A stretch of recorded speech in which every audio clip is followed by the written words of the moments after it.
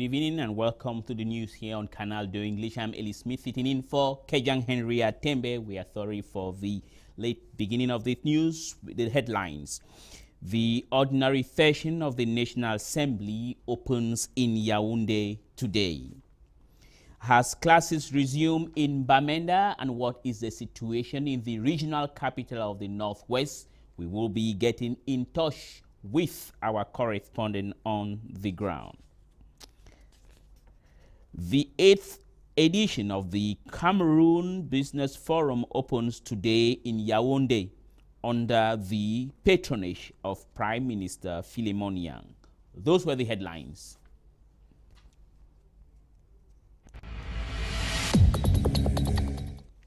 We're beginning this news tonight with a note of appointments. The Center region now has a new governor. His name is Paul Nasseri Beya, who was appointed today following a presidential decree. Before his new post, he was the senior divisional officer for the Vuri division in the littoral region. The Vuri now has a new senior divisional officer succeeding Paul Nasseri Beya. His name is Joseph Bertrand Marché. The divisional officer, he was, before his current appointment, the divisional officer of the Menua division in the West region. Other interesting appointments are those of Northwest Secretary General Absalom Monono, now senior divisional officer of Momo division, while Eta Ashu, the divisional officer of Nkonsambatu, steps up as the senior divisional officer of Ndian. We will bring you details in our subsequent newscast. We're going to Yaoundé, where the first ordinary session of the 2017 legislative year of Cameroon's National Assembly opened this morning. The Anglophone problem is one of the major points in the opening speech by the eldest member of the House, Honorable Eno Tangjong. The people's representatives appeal to all to continue with dialogue. This is what Eno Tangjong had to say. But before that, let's listen to the report that our correspondent in Yaoundé, Beatrice Ngamo, filed today. Over 50 absentees, amongst them the SDF parliamentarian for Bui constituency, Kumbo, Northwest region of Cameroon, Honorable Joseph Ouiriba. The opening of the first ordinary session of 2017 legislative year of the National Assembly this March 13 by eldest MP Honorable Eno Tangjong. The Anglophone problem also in the opening speech. The two Anglophone regions are not going to school, they are not working. Military people torturing people every day, arresting youth like you. We need to ask the government to have what we call true dialogue. Only dialogue solves problems. We went to reunification through dialogue, and we think that it can be only through dialogue that we can find a solution. That's why we are inviting the government to keep on going with dialogue. Recent incidents, Honorable Eno Tangjong went further, has greatly reduced government efforts for solutions. I am therefore happy with the somehow timid improvement being observed now. Though insufficient, we need to think of the future of Cameroon. The greatest wish of the eldest member of National Assembly is for the situation to normalize once and for all. Notably, the acceleration of the decentralization process. Decentralization and the National Commission on Bilingualism and Multiculturalism, what solution? It's something concerning the future of our nation. And that's why we think that the government must implement decentralization now. So the problem was a problem of governance. And Cameroonians should be brought to realize that bilingualism contained our constitution was not only for Anglophones to become bilingual? Where is the National Commission on Bilingualism? Where is it? Tell me where it is. The president signed a decree creating for how many months now? Where is it? The lower house of parliament officially opened this Monday. It is time for the new bureau to be put in place for the house to begin effective work. We have to remind you that 52 countries, including Cameroon, today celebrates the Commonwealth Day under the theme, A Peace-Building Commonwealth. The event is observed every second Monday of the month of March. It is an opportunity for individuals, communities, and organizations to promote the Commonwealth trade's values of peace, democracy, and equality. The following paper traces the history of the Commonwealth Club, otherwise known as the Gentleman's Club. Also known as the Commonwealth, this intergovernmental organization of 52 member states dates back to the mid-20th century. It was formally constituted by the London Declaration in 1949, which established the member states as free and equal. Member states have no legal obligation to one another. Instead, they are united by language, history, culture, and shared values of democracy, free speech, human rights, and the rule of law. Under the formula of London Declaration, Queen Elizabeth II is the head of the Commonwealth. The 52 member countries have a combined population of 2.3 billion people, almost a third of the world's population.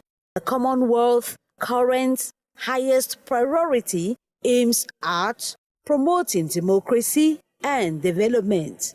Today, the Commonwealth has grown and has spread out tentacles, having non-governmental organizations in sports, education, charity, law, and culture. Well, that's a brilliant history about the Commonwealth, which is made up of 52 countries. And now, we announced at the introduction of our news that we'll be going to the regional capital of the Northwest to get more about the situation of today. And today is the classes resume. So we'll be going right away to Bamenda to call on our correspondent, Anyi Anyi, to ask him the situation generally in the Northwest and in particular in Bamenda. Hello, Collins, how are you doing?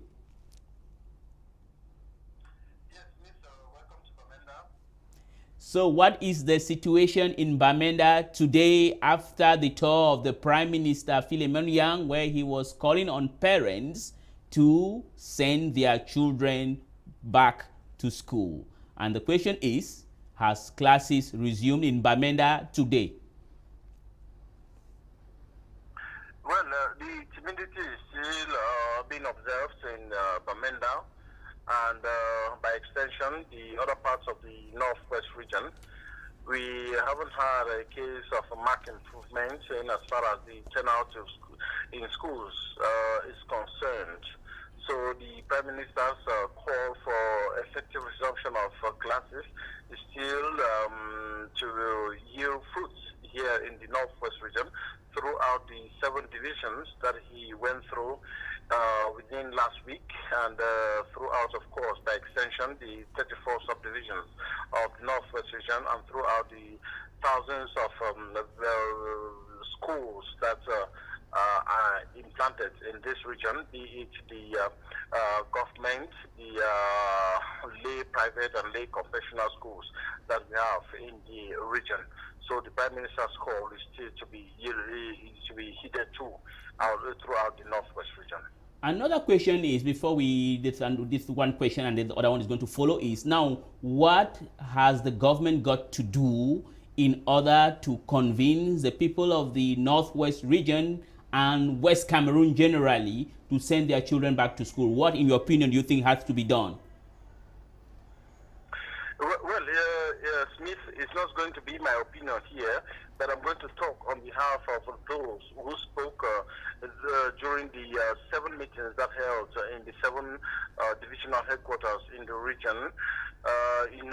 We of the press, we carry the voices of the masses, and they have been calling on, these masses have been calling on the government to reinstate the internet, suspended more than 50 days ago, that is close to 2 months now, to demilitarize the northwest region, and then to release, that is the very peculiar, the very, very pertinent point, and it's very peculiar here, the unconditional release of all those arrested during the upheavals, not only the leaders, but all those arrested during the upheavals of December 8th, and then subsequent arrests that have been made.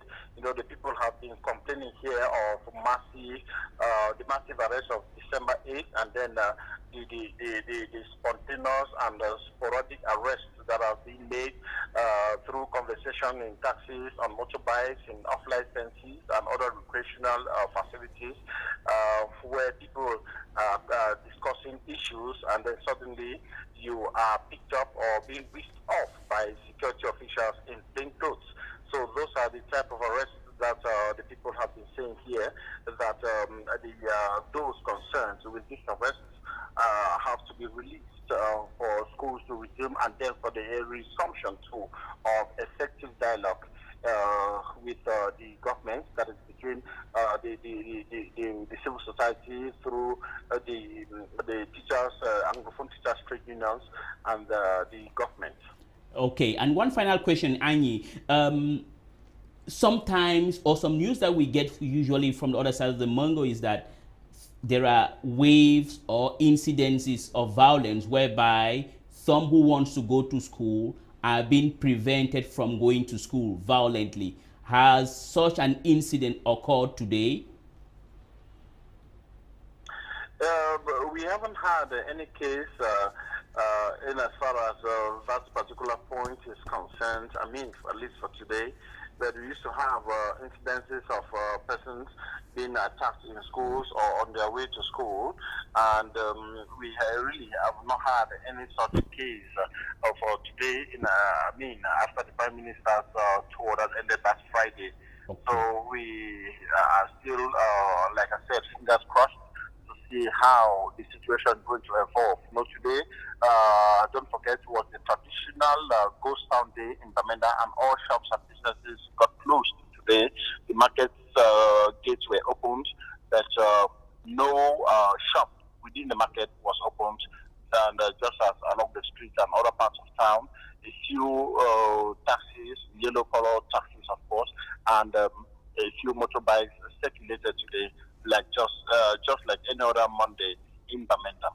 Thank you very much, Anyi Collins Anyi. May I remind our viewers that Mr. Anyi Collins Anyi is our correspondent based in Bamenda in the Northwest region. We'll be leaving the Northwest region for the back here into the littoral, where pupils in schools around Cameroon have commemorated Commonwealth Day with particular attention on the theme, a peace-building Commonwealth. Induala activities took place on the campus of Groupe Scolaire Bilingue Universel Yassa. We will be having, maybe if it is possible, let's look at the ambience at Groupe Scolaire Yassa today during the Commonwealth Day.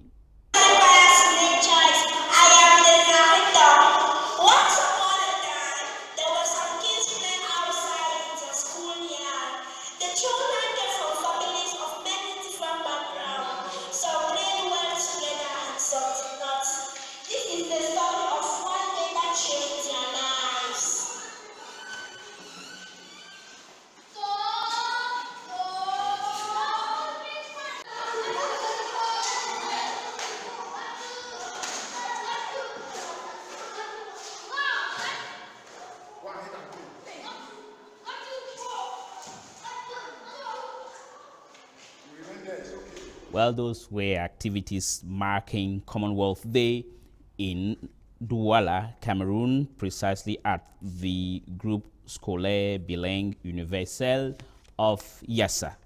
As I announced at the introduction of this news, the 8th edition of the Cameroon Business Forum took place today in Douala under the patronage of the Prime Minister and Head of Government, Philemon Yang.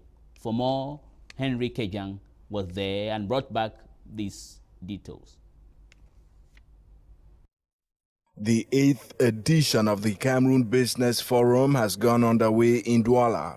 Held under the auspices of Prime Minister Philemon Yang, the platform, set up in 2009, is designed to promote dialogue between the public and private sectors. Specifically, the underlying objectives of the Cameroon Business Forum include proposing reforms aimed at encouraging foreign and local investments, as well as boosting the country's business climate. The theme for this year's edition is centered around stimulating competitivity through cross-border trade. Participants who are expected to elaborate propositions include government representatives, business leaders, civil society actors, and development partners. A final communique sanctioning the deliberations is awaited at the end of the conclave. You may have corrected it yourself. It wasn't Henry Atembe, it was Divine Ntarike Ramsey Jr. And still, we have this other news. For the first time, following his arrest by 6 unidentified men last January 21st in Yaoundé, Paul Aya Ebine has issued a formal statement. According to a recently released letter dated March 6th and written under oath from his cell at the Secretariat of State for Defense, where he has been held since his arrest, the Deputy Advocate General at the Supreme Court qualifies his incarceration as illegal. Aya Paul Abine says his arrest in the first place violates the Cameroon Criminal Procedure Code. Meantime, local and foreign lawyers association have been multiplying calls for his unconditional release. For the first time following his arrest by 6 unidentified men last January 21 in Yaoundé, Paul Aya Abine has issued a formal statement. Then we moved from there to 1990. That's 6 years after going back to the Republic of Cameroon, where the 30th anniversary of the independence of the Republic of Cameroon was celebrated in Cameroon. And this was done to the exclusion of Anglophonians, because the state itself came out with a flag, a postage stamp, and drew the map of Cameroon on that postage stamp, which does not include the part of West Cameroon as it was at the time of federating. So, from that time on, you see that the Anglophone has completely lost its identity. According to a recently released letter dated March 6 and written under oath from his cell at the Secretariat of State for Defense, said, where he has been held since his arrest, the Deputy Advocate General at the Supreme Court in Yaoundé qualifies his incarceration illegal. The former CPDM Member of Parliament, who crossed carpets years ago to lead the opposition People's Action Party PAP, says close to 2 months after his detention, he has still not been officially notified of the charges against him. Aya Paul Abine says his arrest in the first place violates the Cameroon Criminal Procedure Code. Meantime, local and foreign lawyers associations have been multiplying calls for his unconditional release to no avail.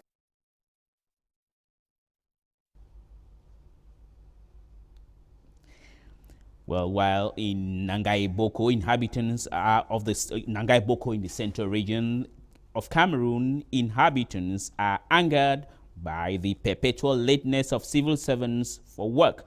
They say the persistent closure of public institutions and persistent lateness of civil servants doesn't only kill the administration, but also kills the economy. Maureen has more. These people have been roaming around this police station for hours. We are in Nangai Boko. It is 7:45 a.m. and the doors of the police station are yet to be flanked open. Inhabitants say they travel distant villages crossing over the Sanaga River in order to have their documents processed. They are shocked to observe that almost all the workers are late for work. Some civil servants come to work very late. At times, when in a hurry with documents in hand, you get into a public building in Nangai Boko and you realize the doors are still locked up. You cannot do anything but wait. Our next stop was at the delegation of tourism. By 9:30 a.m., the public structure could still be taken for a graveyard. It was the same observation at the delegations of water and energy and forestry and wildlife.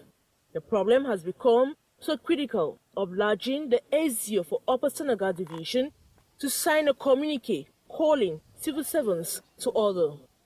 This is seriously affecting us in the sense that you have a document to sign and there is a deadline, and when the deadline gets very close, you start panicking, and finally you get yourself into serious problems. You are the loser.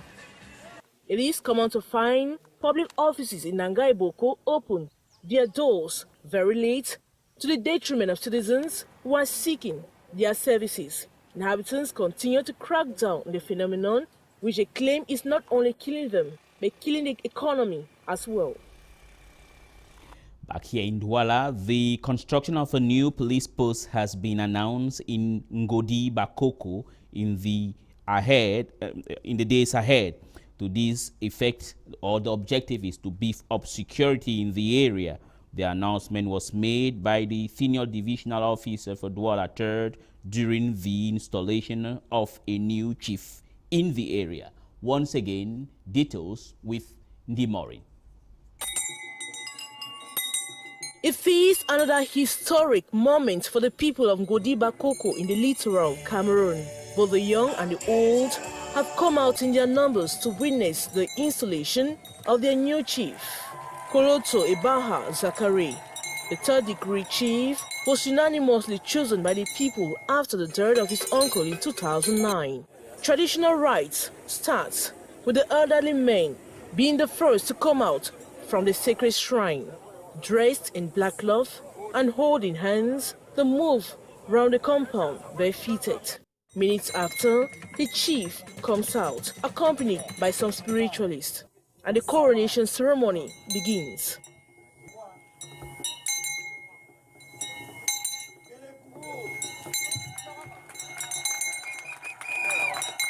The divisional officer for Douala 3 is part of the coronation exercise. Juya Zakari instructs the new chief to reinforce security measures in the area by giving more powers to the vigilante group. Divisional officer for Douala 3 equally announced the construction of a police post in Ngodi Bakoko in the near future.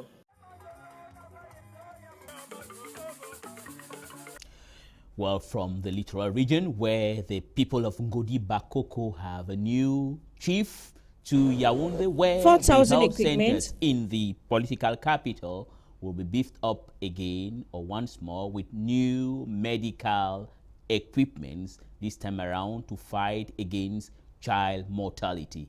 The donation courtesy the U.S. Embassy based in Yaoundé. For more, Beatrice Ngamo. 4,000 equipment worth some $600,000 medical material from the U.S. Embassy to the Ministry of Public Health of Cameroon.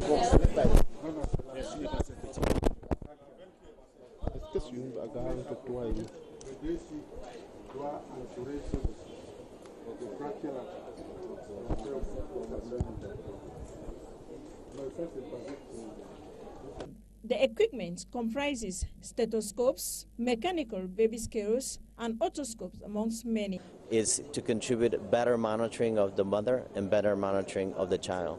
So this is in accordance with the rest of our mission, which is to put many people in treatment for HIV. This will permit better care and follow-up of pregnant women, newborns, and young babies. Because when you have good instruments, you can have a better job. The geste fallout of the fruitful relationship between Cameroon and the United States. We think that this equipment will benefit more 550 health facilities. Apart from health facilities, some regional hospitals will also benefit from the material. Distribution from tomorrow, this to curb infant and maternal mortality, but also reduce HIV/AIDS transmission from mother to child. Well, on that note, all the news from Yaoundé and the delivery or the gift of medical equipment through hospital there, that will be putting an end to our news tonight. Remember, it is more noble to give than to receive. Tomorrow, you'll have the pleasure to be with Henry Kejang Atembe.